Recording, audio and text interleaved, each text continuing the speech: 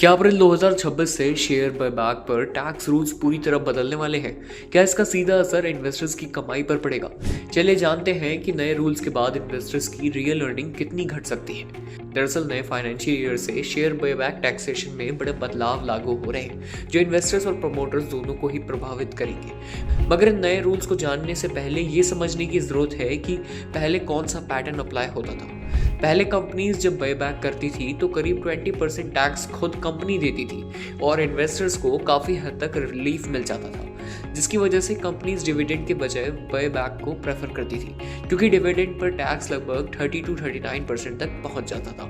लेकिन अब सरकार ने इस गैप को खत्म करने की कोशिश करी है, जिसमें नए रूल्स के तहत शेयर होल्डर्स को दो कैटेगरीज में बांटा गया है, प्रमोटर्स और नॉन प्रमोटर्स। प्रमोटर्स यानी वो लोग या ग्रुप जिनके पास 10% से ज़्यादा स्टेक है, उन्हें अब बायबैक गेन्स पर 30% टैक्स देना पड़ सकता है। वहीं दूसरी तरफ नॉन प्रमोटर इन्वेस्टर्स के लिए गेन्स अब LTCG यानी लॉन्ग टर्म कैपिटल गेन्स के तहत आएंगे, जिस पर करीब 12.5% का टैक्स लगेगा। अब यहाँ शुरू होती है असली कहानी। इस बार एक नया कंसेप्ट भी इंट्रोड्यूस करा गया है, जिसे एडिशनल टैक्स का नाम दिया गया है। इस कॉन्सेप्ट के बाद टैक्सेशन सिंपल होने की जगह और कॉम्प्लेक्स हो गया है। एक्सपर्ट स्टेक की बात करें तो एक्सपर्ट्स का कहना है कि अब गेन्स का कुछ हिस्सा कैपिटल गेन्स में आएगा, लेकिन बाकी हिस्सा अलग कैटेगरी में आएगा, जिससे गेन्स को लॉसेस के साथ एडजस्ट करना मुश्किल हो जाएगा। यानी साफ है, टैक्स प्लानिंग अब और मुश्किल हो सकती है। बता दें कि चेंजेस सिर्फ बायबैक्स में नहीं, बल्कि डिविडेंड इनकम रूल्स में भी बदलाव हुआ है।